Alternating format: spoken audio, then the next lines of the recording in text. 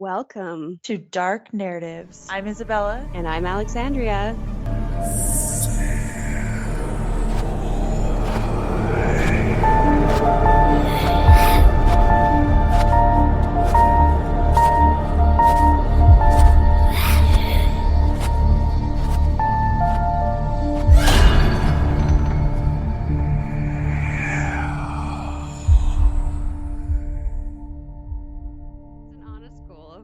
To get more educated in astrology. I just haven't time yet. That's like on your to-do list. It is, yeah. No, it's like it's something that really intrigues me, and it's super. You know what intrigues me?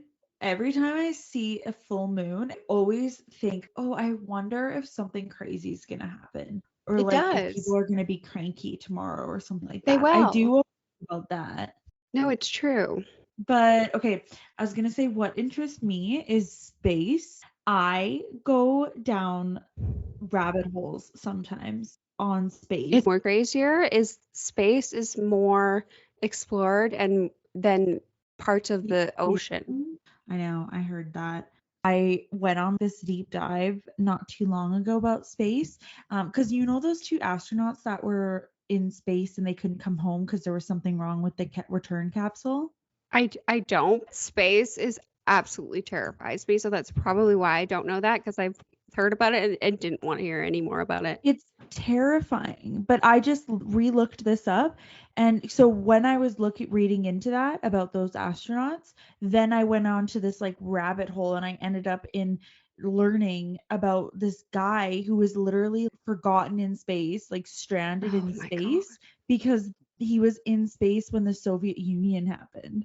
He was in space for 311 days. Nightmare. Holy, there was probably like nothing left of him. But isn't the time different there? So like, is that space time or our time? Do you know what I mean? I don't really know that part, but I know like if you're in space for too long, you lose your muscle, your body mass. And yes. Yeah. Like the longer you're there, you do lose that. So yeah, that's so scary. And the space training, I would say the space training part scares the shit out of me too. I don't know why. It all scares me.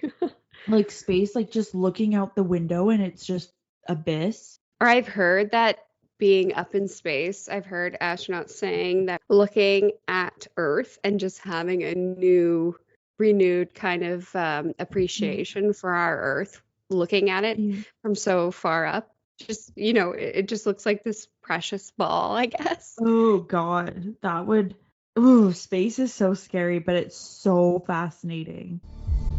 Tell me what you've got. So today, I want to tell you right off the bat that nobody dies in this episode. It's a bonkers case, but nobody dies. On February 19th in 2008, Shannon Matthews, a 9-year-old girl, she wakes up and she gets out of her bunk bed. She's got her 101 Dalmatians pajamas on and she's ready. She's really excited to go to school today because today they're going for swimming lessons and they're in the UK. So they've got swimming lessons included in school. I guess that's not common everywhere in the world. She puts her favorite rain boots on. It's February, so it's cold in the UK. It's rainy. They're pink with fuzz around the top. She's gone to school.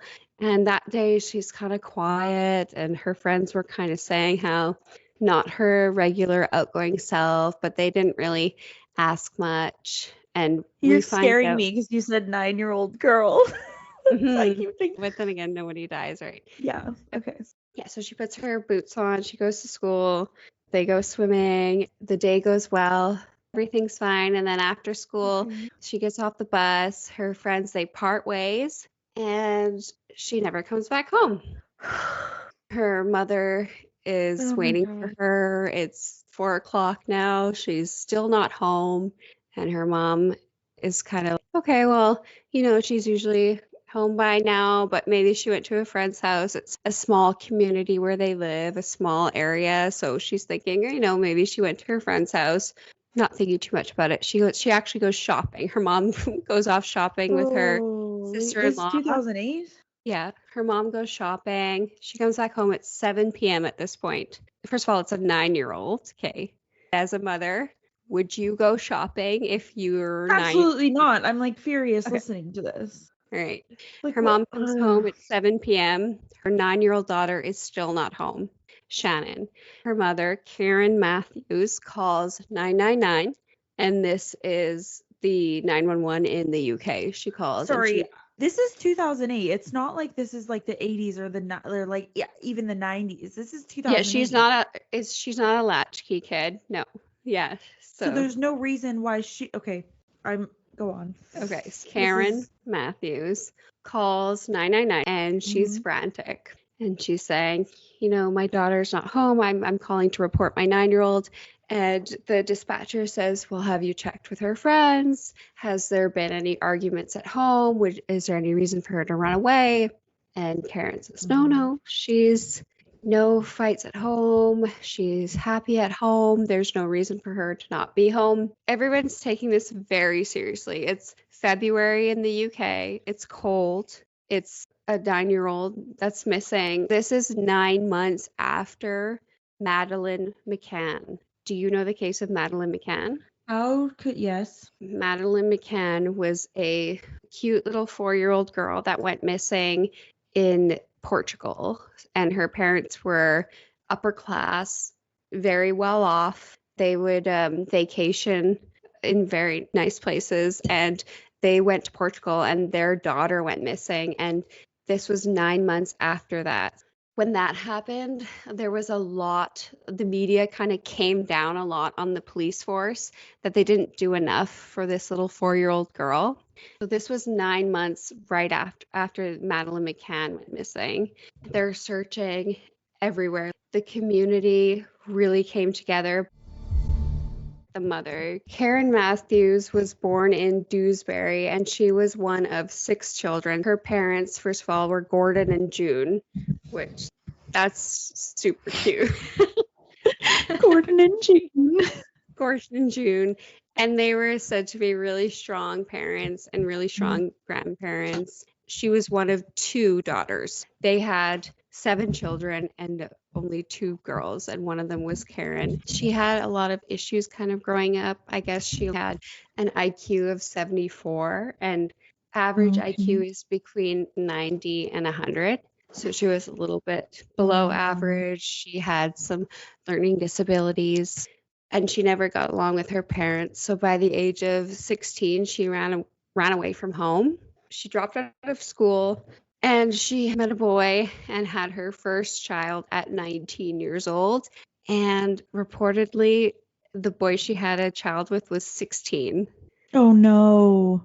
16-year-old was a better father than she was to the kids. So Like a better parent than she was. And then so she left. She kind of started this pattern of meeting younger guys and then having kids with them. She was very fertile. After having this boy who she left with this younger boy, she met Leon Rose, and she had another child. Before she was 23, she had another boy with this guy named Leon Rose. Then when she was 23, she had Shannon Matthews, who is the one at the beginning who disappeared after going to school. Yeah.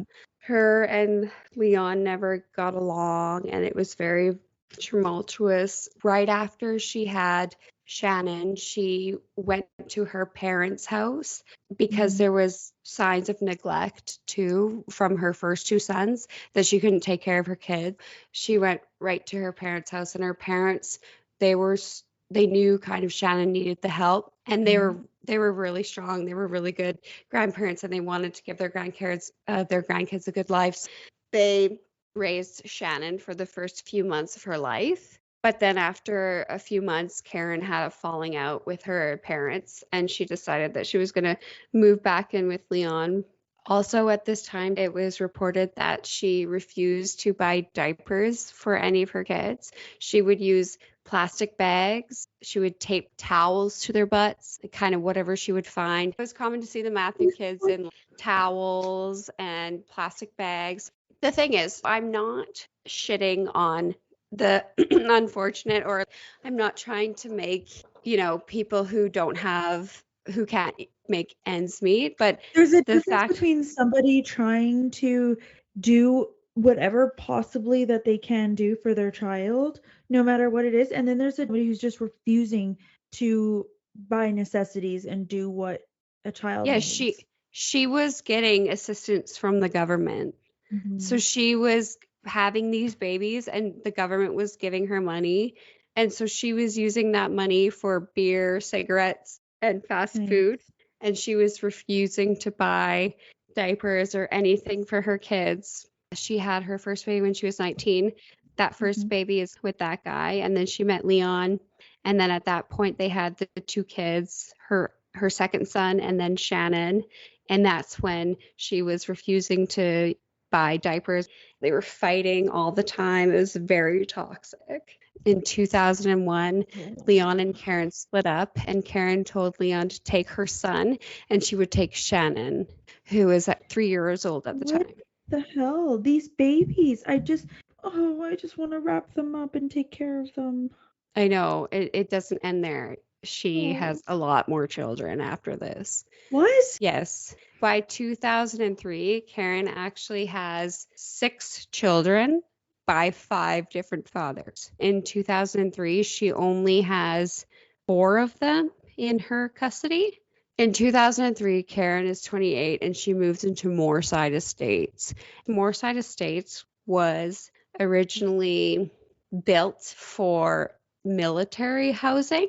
It was kind Okay. of a transition for people who were coming out of the military who didn't have jobs. And so it was housing for them that was, But I she guess, got into a place like that? okay, it turned into government housing. So people Okay, who that's what it used had, to be. it was originally military housing. So people who came Mhm. out of the military who were transitioning back into society. Gotcha. And then it eventually was housing for low income people. It was government housing. Okay. It was Right. low income, high crime, but in the area of Moorside that Karen got into, it was more sought after because the government was trying to revamp the area. They were trying to lower the crime. They were putting up benches. They were setting up parks. They were trying to make it more Okay. of a desirable place. Mhm.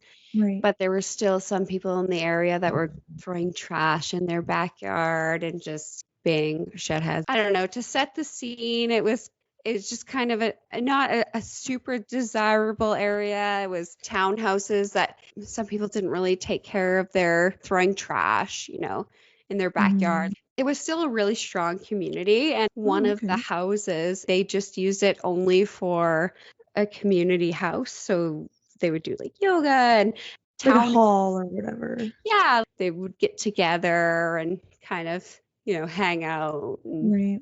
kids would hang out and watch TV. And Karen moved in here into this area when she was 28 with 4 of her children. 4 too many. And she kind of had this pattern of meeting younger guys, having their baby, leaving them for another younger guy, and repeating this cycle. And I don't understand that because I don't know what she's getting out of it. She doesn't want to take care of these kids, and she's like, I guess she's getting money from the government, but That's what it is. It was reported that she was getting around 350 pounds a week for her kids, which works out in Canadian dollars. That's about 620 bucks a week in 2008. So it's a decent income, to be honest. yeah, for your children, but she's like, oh, I could buy anything for myself. That's just it. So she wasn't God. using any of the money to feed them or get any of their necessities. Like I was saying, she was taping plastic bags to their butts, towels, dirty dishcloths. She wasn't using the money for the children.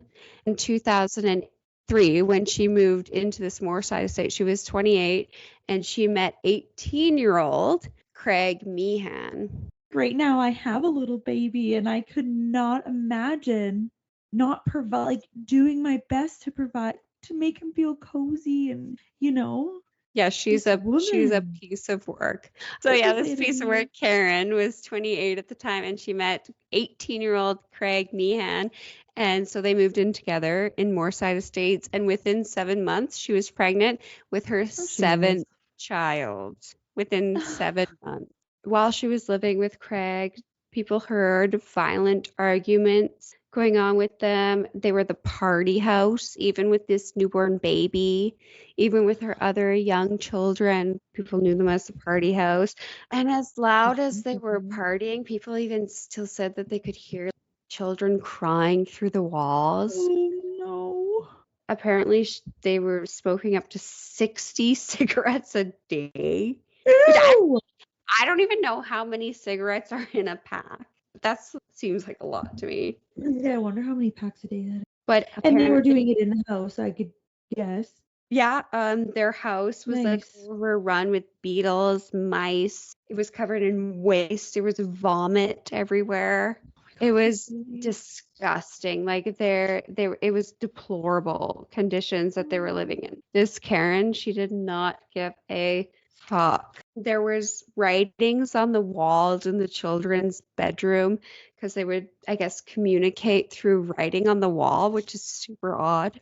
There was notes between each other saying, do you think we'll get dinner tonight? And then there'd be another note saying, we might get a packet of chips if we're quiet. Very awful conditions. This is horrendous. Yeah, the children were going to school with matted hair, layers of dirt on them that would literally roll off their skin. Obviously, people were noticing. Social services were called. This is what is crazy, though. In 2003, they were put on the at-risk, Karen, as a mom, was put on the at-risk register because of alcohol abuse and kids being left alone for nights on end. Holy. They were put on this at-risk register list, which it actually ended up having CPS be called to their house, but not as just a random house call. She was warned. She would have scheduled CPS call. The worker would call in advance and say, hey, I'm going to be at your house checking in next Tuesday or whatever, which is really odd, right? Yeah, I really wish they didn't do that. This is what is even more aggravating about Karen is that when she was asked about how she disciplined her children, she would say, if they did something wrong, I would sit them down and talk to them and say, this is what we should be doing. We shouldn't be doing this. So she knew. And then also if she which that's not how she disciplined her children. When she knew the CPS worker was coming, she would ask her mom for additional money. So she was already getting money from the government for food and everything for her children. But when she knew a CPS worker was coming, she'd contact her mom or her sister and say, hey, can I borrow some money? And her mom would give it to her and she would fill the cupboard with food. She'd tidy her house. She'd make everything look really nice. She'd tell her kids. So she was capable of doing it. She just chose not to. She was capable. Yeah. That's what makes it so much worse. Yeah. Don't you think? Oh, 100%. These babies are like they're neglected in literally every single way. They have zero comfort. And this bitch can actually do it. She just doesn't give a shit about her babies. Yeah, she's running this party house in deplorable conditions. There's literal writings on the wall of her children saying, like, not sure if they're going to get dinner. Maybe we'll get a bag of chips. The kids are showing up dirty. Shannon, teachers were reporting that she was wasn't able to keep focus at school.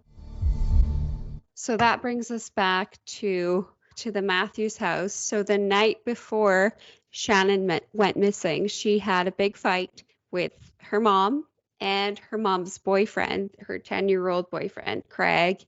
Oh, sorry, her 10-year-old boyfriend, basically. She went really young this time. Her boyfriend, who was 10 years her junior. She got into it, and then so she ran to her uncle's house, which was like kind of down the street there, and she really got along with her cousins. And Shannon ran down the road to her uncle's house, and she was like, oh, I got into this huge fight with mommy and Craig, and I swore at Craig, and I'm really scared and everything. And this was nothing new to her uncle. He was like, oh, fuck, I don't want to get involved or whatever. He's like, hey, hang out for a bit. Let's let things chill down. And then you got to go back home. So he made one of his daughters walk her back home. The next morning, Shannon woke up and like I said, she got it down and she got ready for school. Her mom was up. The argument ensued again, and Karen shouted at Shannon, don't you ever come back here. She never did come back home. And so when she called 911, she never reported that argument to them, or 999 in the UK. They took it so seriously that they even cut holes in the ice in the water, and divers went in. They looked in the water, they looked in houses. They looked everywhere. After about 24 hours, they kind of started to shift their focus and kind of say, Karen, this might be more of an abduction case as opposed to a girl running away case. Right. The day after the schoolgirl was reported missing, the hunt intensified, eventually becoming West Yorkshire's police biggest operation since the hunt for the Ripper. What? Yeah, it costed 3.2 million pounds. How much is that? 3.2 million pounds. That's about 7 million Canadian dollars. Holy crap. So it was so in 2008, it was the biggest operation since the Ripper, which I found quite. That is very interesting. And Karen, don't go do any media interviews or keep it to the police to kind of figure everything out. You and I have listened to enough true crime cases where the media, once the media gets involved, it kind of fucks everything up. Well, they kind of try to take control of the narrative. And yeah, immediately after they say don't go to the media, what does Karen do? She does an interview.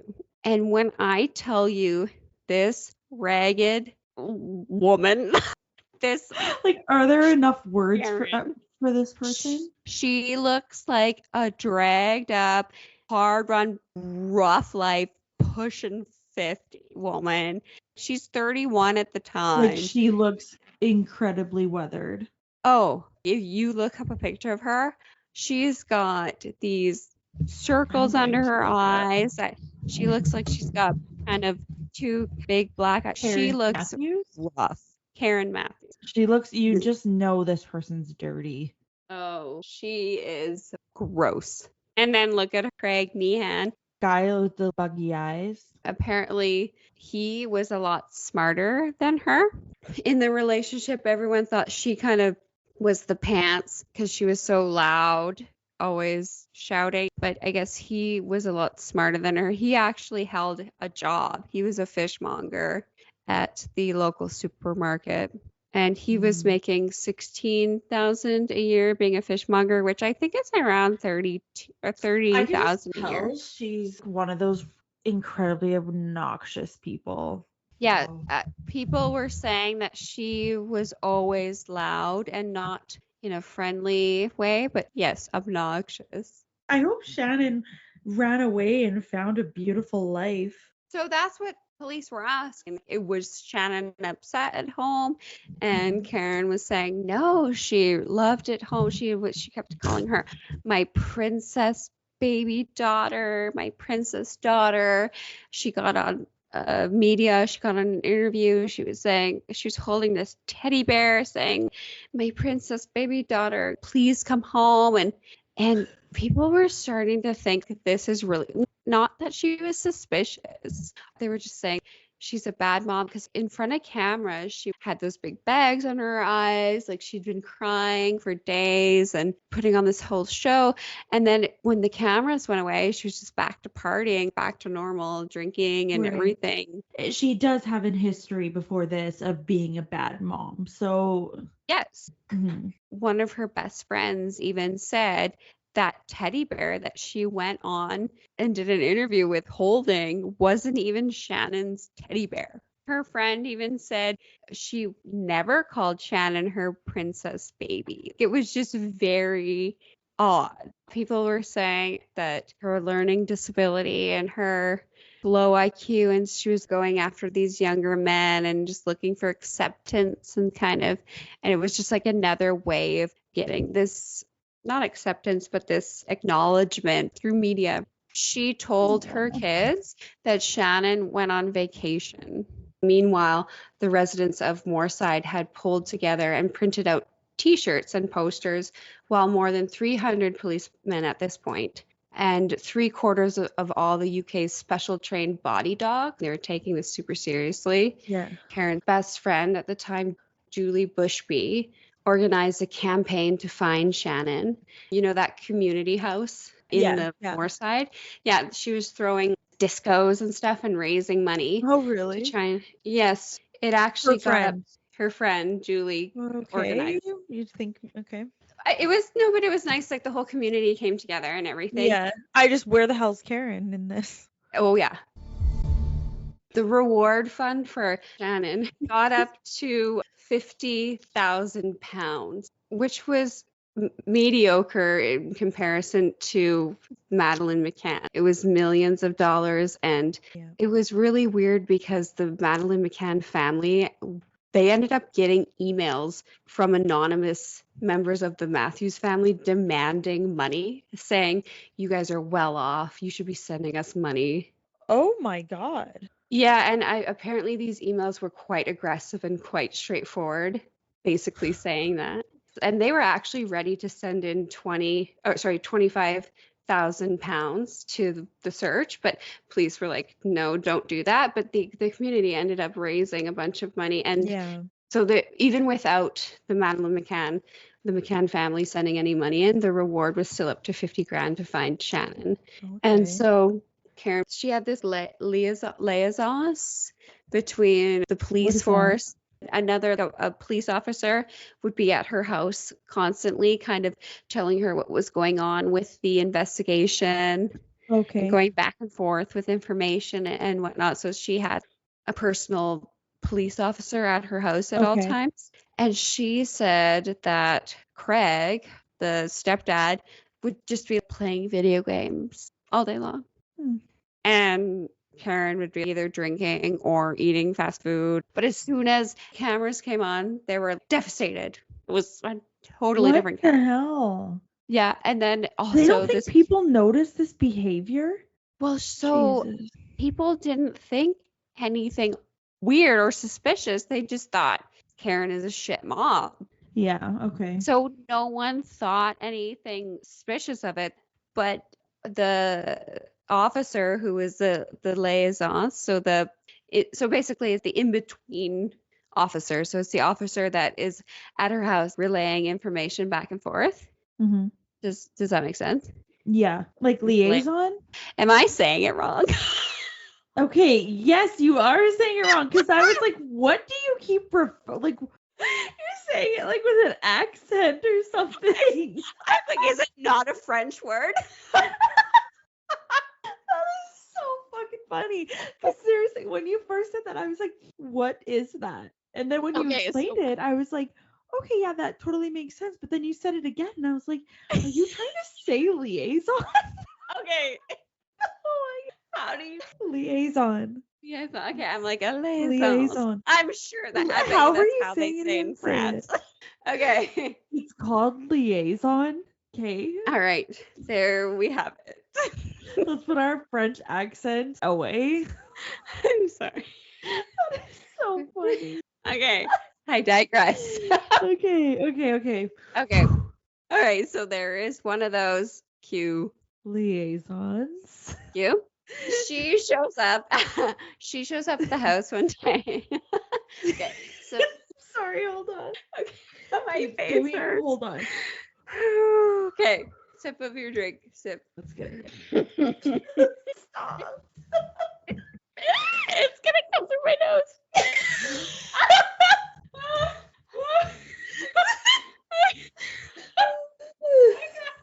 thought I was saying it right. Okay, so one day say the word liaison came over and her phone started going off. So I guess her daughter the night before had put her phone ringtone as a popular pop song, and I'm not sure what song it was, but I guess it went off while she was in Karen's house. Karen gets up and starts dancing, and she's like, oh my God, I love this song. Well, the cop is there. Yes, it was the cop's phone that was going this off. Bitch. So weird. And they were like, okay, I mean, I guess people deal with grief differently. She was just being really weird. So first of all, it was the teddy bear that wasn't Shannon's, Craig playing the video games, her dancing, and then there was another weird thing. One of the officers recalls her being strange because Karen was laughing and smiling kind of the whole time. And then also another time she had joked about one of the police officers being really cute and how she wouldn't mind taking him upstairs. And they're Oh my God. So at this point, they asked her to do up her family tree because they were going to go through everybody and get DNA. It's very common, unfortunately, for when children go missing, it's usually someone they know.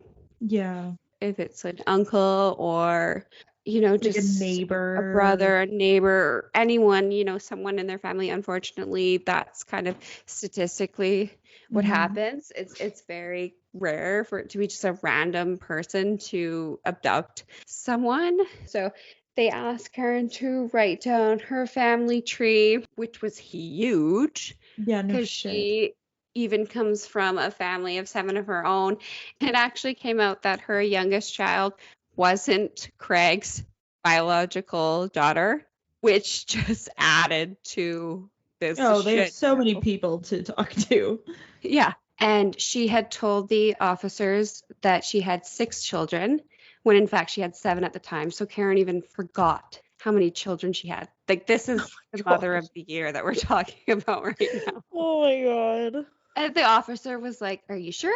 Because right here it says you have 7 children. And she's like, oh, right, I have 7. So at this time, it's been 3 weeks that Shannon's been gone. Karen made this family tree. They checked everyone. So by March 13th, police had taken over 1,000 statements, searched over 1,700 homes, interviewed over 200 friends and family, former lovers. Yeah. Oh, geez. And then they get an anonymous tip to look into Michael Donovan. Michael Donovan is Craig Meehan, who is Karen's boyfriend. So his uncle, who lived 10 miles away. And okay, so suspicion. Sorry, this is Craig's uncle. This is Craig's uncle. Craig is Karen's boyfriend at the time. They looked on this family tree that Karen did. He is not on there. Why isn't Michael on here? Anyways, they look into Michael. He has not shown up at any of the searches. He hasn't been involved in anything at all. He is not estranged to the family. He lives 10 miles away. He is very involved in the family. They find out that him and Karen are pretty close. I guess at the last Christmas party, Karen was sitting on his lap, having beers with him. Yeah, so it's not like he's some estranged uncle. Yeah. He is very involved. Even though Michael is not blood related to Shannon, the girl who is missing, he's still part of her life. They live within 10 miles. And this whole family, they all live within 10 miles of each other. And she has a child with Craig. Exactly. Okay. Yeah. That doesn't make sense why she would leave him out. Yes. It does not make sense why they would leave him out, or she would leave him out. This is suspicious. This is sus. I was just going to say, this is super sus. Mm-hmm.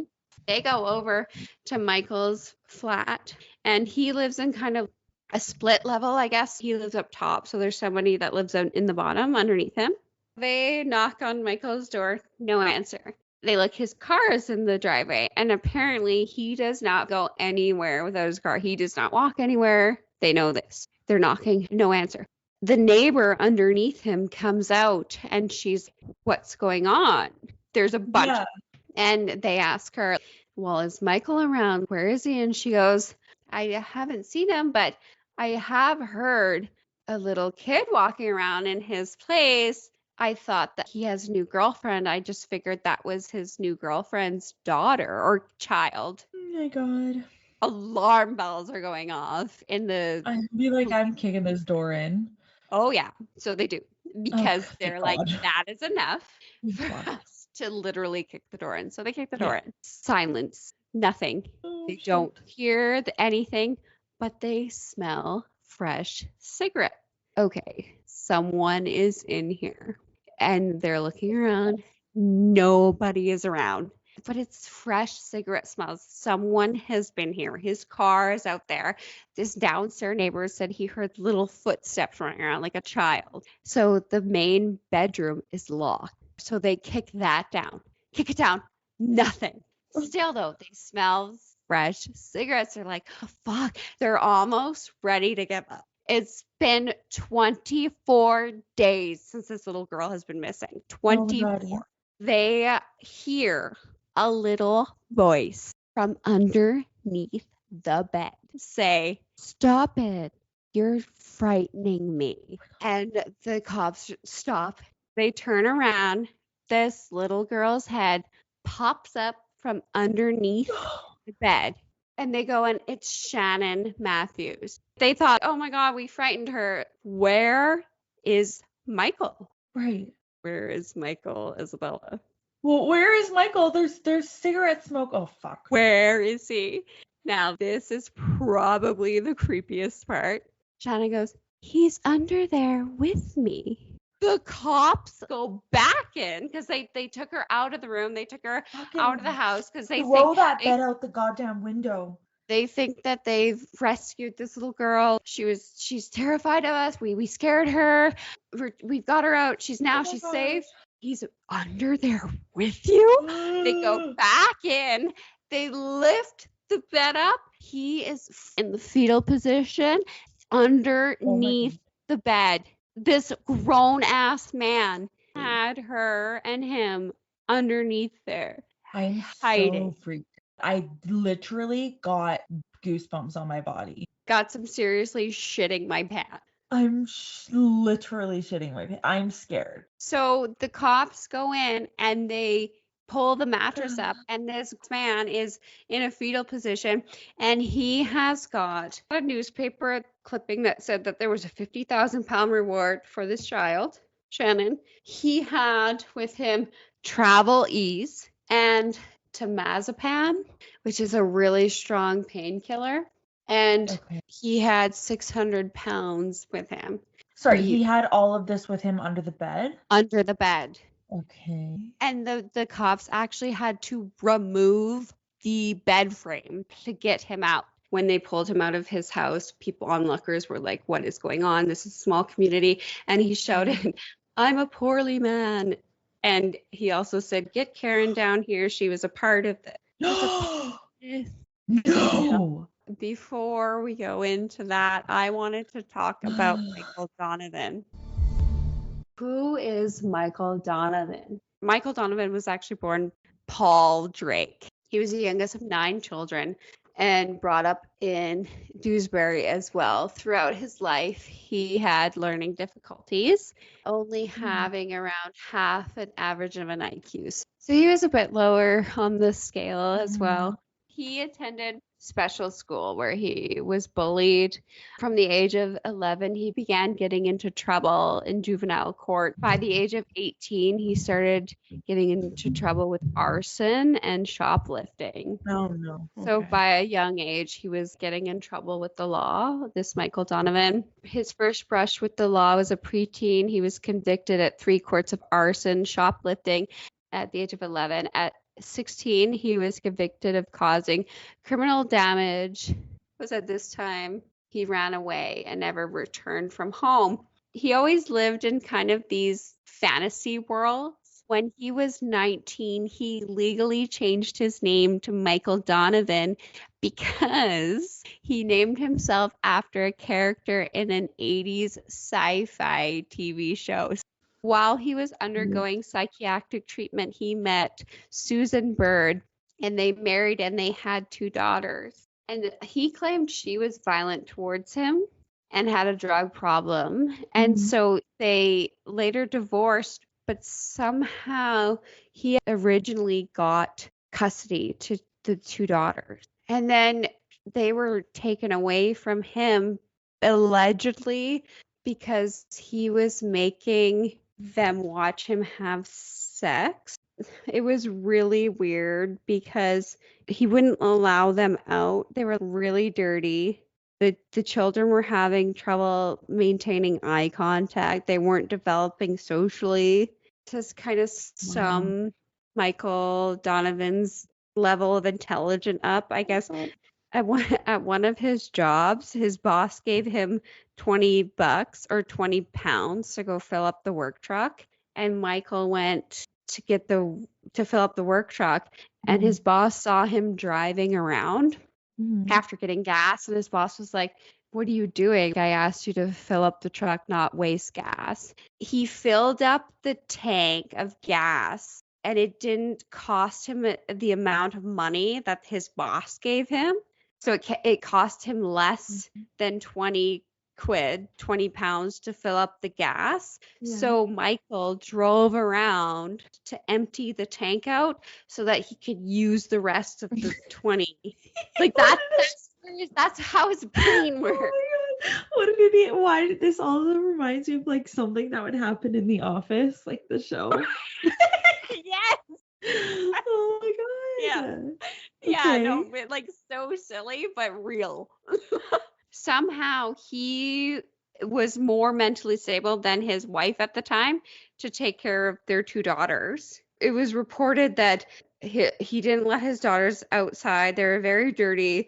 They were having trouble maintaining eye contact, not developing socially, at a normal pace. Anyways, it came to a head, I guess, at school because the teacher, and I don't know what this letter said, I don't know, but the teacher found a love letter from Michael Donovan to his daughter in her lunchbox. And I don't know how nefarious or how, icky or whatever this love letter was, but it made the teacher go, ding, ding, ding, this is weird. And she reported. Poor girls. So when they went in, the social services went in and they went into Michael Donovan's house, and it was fucking weird.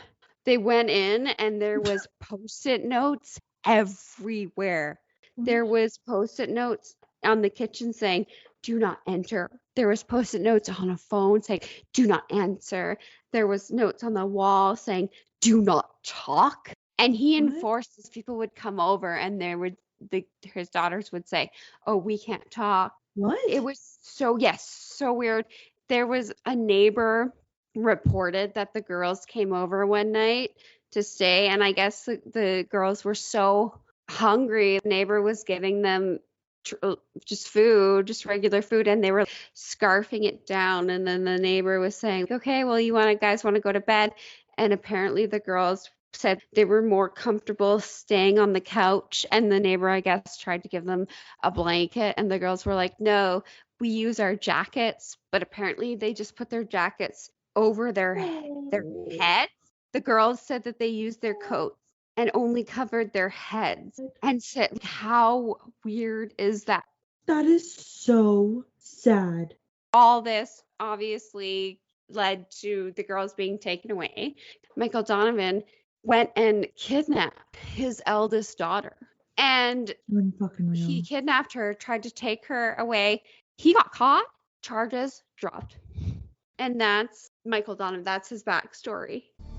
That's where we're at here now. The cops came in, found him underneath a bed frame in his home. He also had cut out a manhole in his ceiling in his flat, and he had tied a rope to one of the beams. And Shannon, he would tie her around her waist, and she could only go to the bathroom. She could go to the living room. She could play her Mario Kart games, and he had rules. He literally treated her like a dog. Yes, a dog who could read. He had rules that listed, you must not make any noise or bang your feet. You must not go near the windows. You must not get anything or do anything without me here.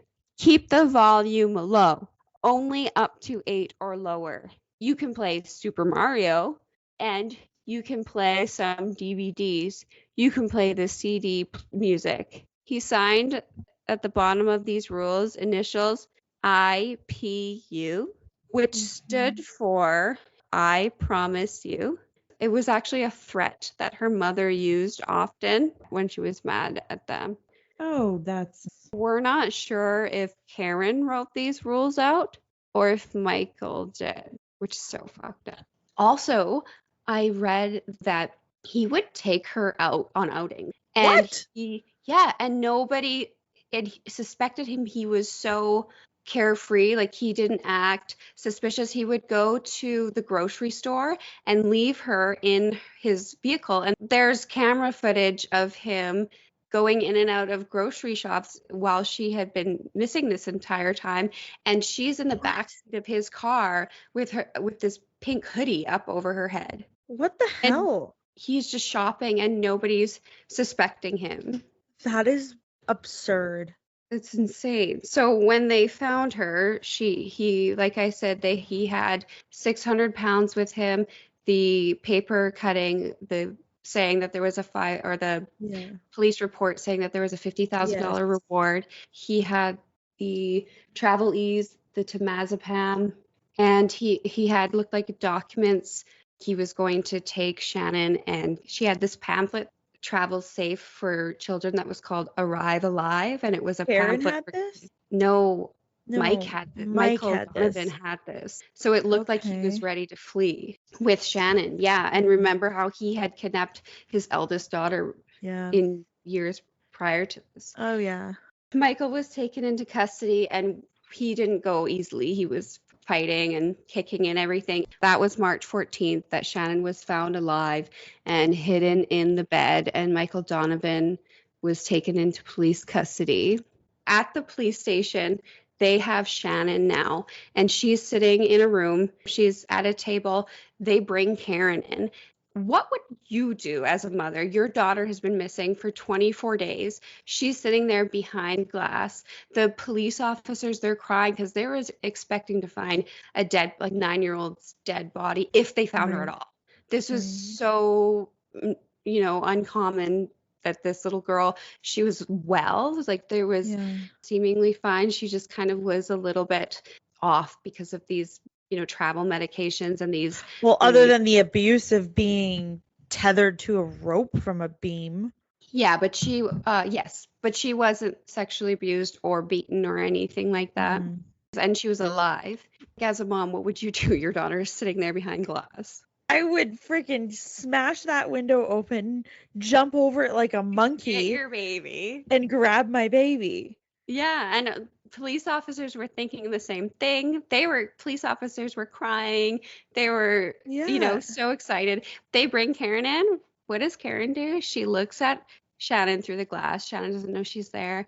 Karen says she has new clothes on, and that's it. And she goes home again.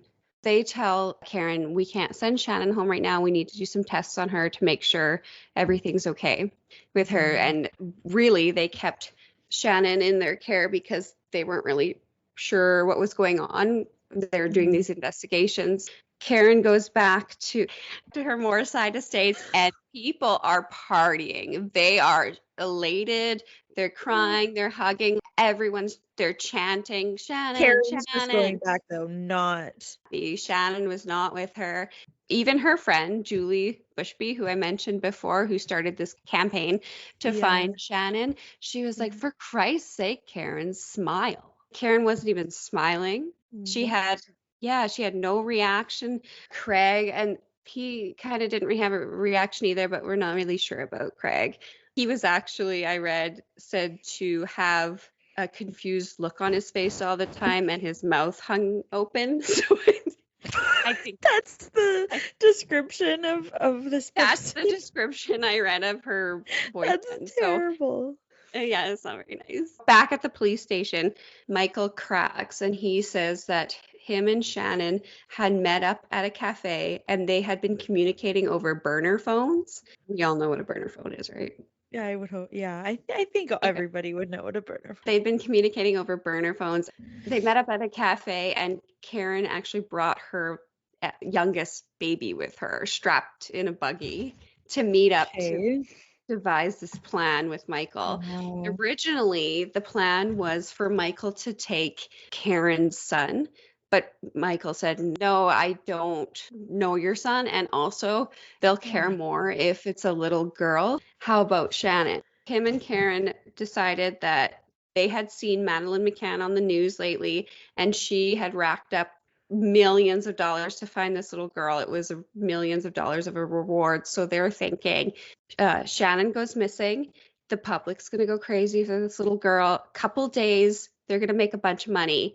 Michael apparently tells her, "No, I'm not doing this. I'm not going to kidnap your daughter for several days."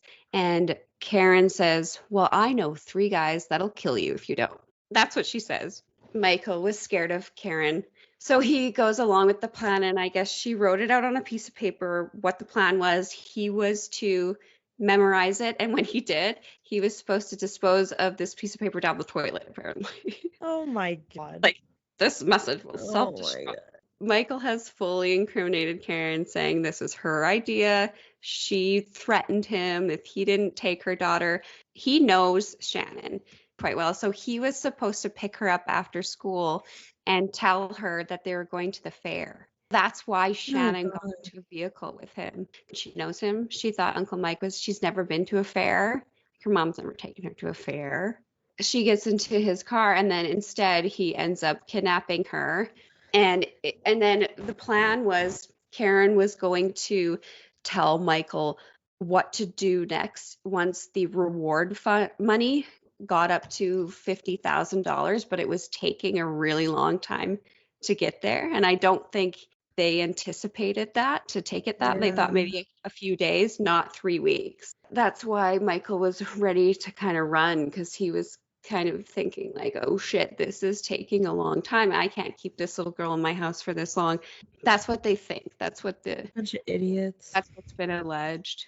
On April 9th, Karen Matthews is charged with child neglect and perverting the course of justice over her daughter's disappearance. New charges of the kidnapping and false imprisonments were later added.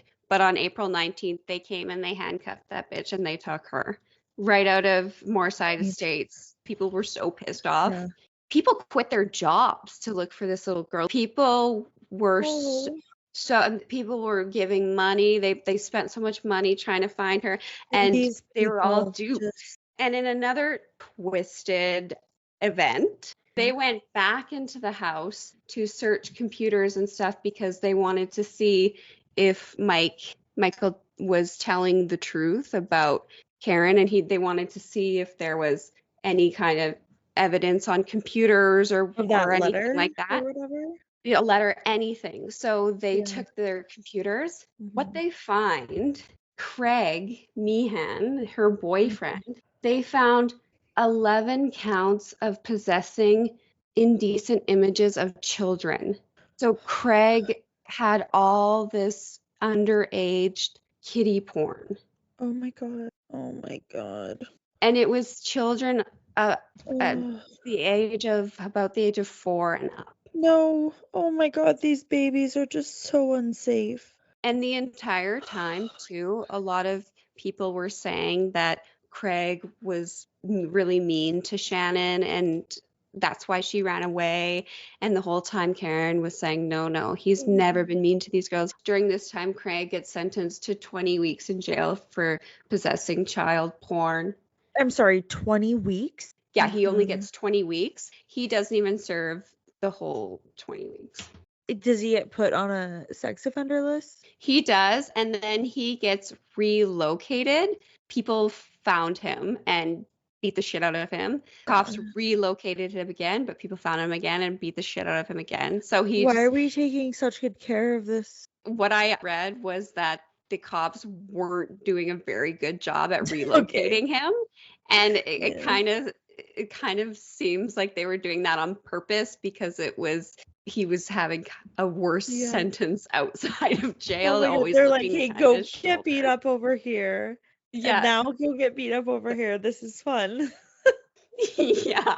It's so gross. Then also another thing that came out, which is really sad, is they did all these tests on Shannon to make sure she wasn't abused, and she wasn't. So Michael actually never sexually abused her or hurt her with violence. Another thing that came out was that she had been being drugged with this Travel Ease and this temazepam up to 20 months before the abduction took place. I'm not sure if you remember, I mentioned that while she was in school, she was having trouble concentrating. Yes. They think that it was because of this Travel Ease temazepam, and her mother was drugging all of her children because it was easy for her to take care of them.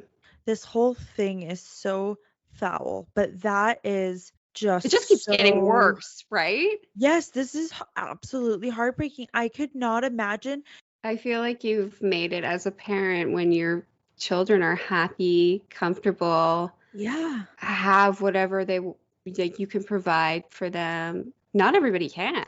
And here she's getting handouts from her parents, from her sister. She's getting government assist, and then she's just drugging them. And it's disgusting. During her trial, Karen never remotely had come to terms with the consequences of any of the choices she had made in her life.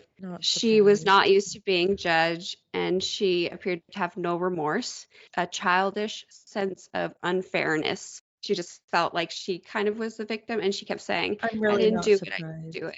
In the end, at the end of the trial, both Michael and Karen were trialed together, and they got charged with kidnapping, false imprisonment, perverting the course of justice. They only got 8 years in prison and were released after 4.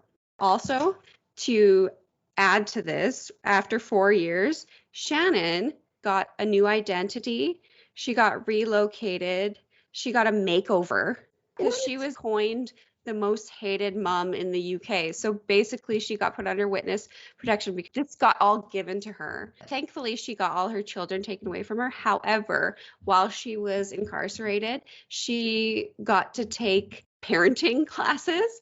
And she said, I quote, in case I decide to have any more. She was only 37 when she got out of jail. In an interview that she did over the radio while she was still in jail and able to speak to people before she got this new identity, she said the things she missed the most were shopping, sex, and coffee at her local cafe. That's what she missed the most while she was in jail? Yeah, nothing about her children.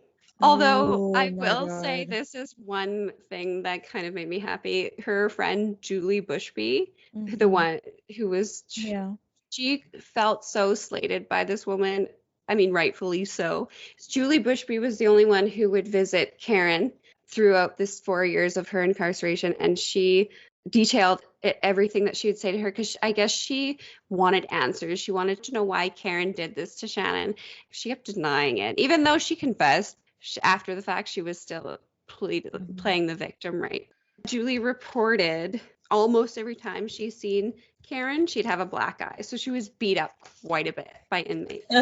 Good. Yeah, that's like the one. I like it. Good thing. Now, Perfect. Michael, he died recently on April 17th, just this year. He changed his name again to Aiden Johnson. So I don't know if that was another sci-fi character. So on April 17th, 2024, it was revealed that Michael Donovan, who had changed his name to Aiden Johnson, had died from cancer. He was pronounced dead at the Three Valley Hospital on April 16th of 2024 after collapsing in the courtyard around mid-afternoon. In February of 2024, he was diagnosed with stage 3 throat cancer and given months to live. So he suffered greatly. I really hope that these children of Karen's and these children of his went on to freaking live better lives. Well, so we don't know what happened to all of Karen's plethora of children, but we do know that Shannon, she never did get to come home. So it's sad because she was never able to reconnect with any of her friends from her school. Her cousins never got to see them again. So it was kind of like they did have to grieve Oh. her all over again, because the whole community and her whole family, her grandparents, everyone, they thought, oh my God, she's found, she's coming home. She never did get to come home. She was put into a foster care. She was taken away, and they had to change her identity too. She was placed in Why the couldn't care of she have social went with her services. grandparents or something? I think it was to keep her safe, I guess. Okay. It wasn't, I think most likely, it's not said, but most likely the grandparents didn't have the means Mm-hmm. to take her, because they were kind of all scraping by. Like none of them Yeah. really had much. So she Right. was placed in the care of social services before given a new identity and family. During her mother's trial, a court was told in the aftermath of being found, she regularly had nightmares and needed psychotherapy sessions. Oh no, she's only 9. It's really aggravating, because meanwhile, her mother was released in 2012, given a new name, and now is reportedly living in the south of England with another boyfriend who is also on the registry of being a sex offender. She could give 2 shits about what she did. Yeah, she's living her best life, her mom. Mhm. And Wow. Shannon, who is 25 now. So we don't know where she is. They've done a good job at giving her a Good, new okay. identity. Shannon deserved so much better. Oh my God, they all did. They all did. They did not Yeah. deserve those lives at such a young age. What a bonkers case, though, hey? I hope that they all eventually got to feel the feeling of real love and safety Me too. eventually, because everybody deserves it. Oh, gee. Well, except for Karen and Michael and Craig. Let's put him in there too. It's really sad, too, because all the Matthew children's got split up. That's terrible. And they all endured so much together and went through the same thing together. And then they just have to deal with it alone. I know, and from all accounts, too, Shannon's biological father was a really good guy. But the reason that Shannon wasn't allowed to talk to him was because Karen got into a fight with him. His name was Leon Rose. Got into a fight with him over money. So the last couple years of right before this whole thing happened. Oh, I have to add this. Craig her boyfriend never got charges or was associated in any way other than his kiddie porn charges. He never was wrapped up in this, but there's allegations, people thinking he might have had something to do with it. This is funny because people say that Michael and Karen were too stupid to be able to devise a plan like this. Yeah, she didn't think that there would be any kind of investigation. Even if you didn't have your child kidnapped, once they find your kid, they're not just going to hand over this quote unquote prize money as she probably thought it was. Like there's always Here's the prize money and here's your kid. Go on with your life. Yeah, and then she also told investigators, "Oh, I knew that she was going to go with Michael. He was taking her to the fair." And then investigators were like, "And you never thought to bring his name up?" It's just like, yeah, people like so many chances for her to tell them about him, yeah. and she just didn't. Yeah. Dummy. So they were saying that Craig might have had something to do with it because he was apparently the smarter of the two. Oh, are we going to tell people where they can find us? Yes. Yeah. Well, on Instagram at Dark Narratives Podcast. Yeah. And TikTok at Dark Narratives Podcast. Yeah. So come check us out. And also, if you do like it, give us a star review. Oh, yeah. That is super, super helpful. Or a follow or anything. And that's it for this week. Remember, it's a dark world out there. See you creatures next week.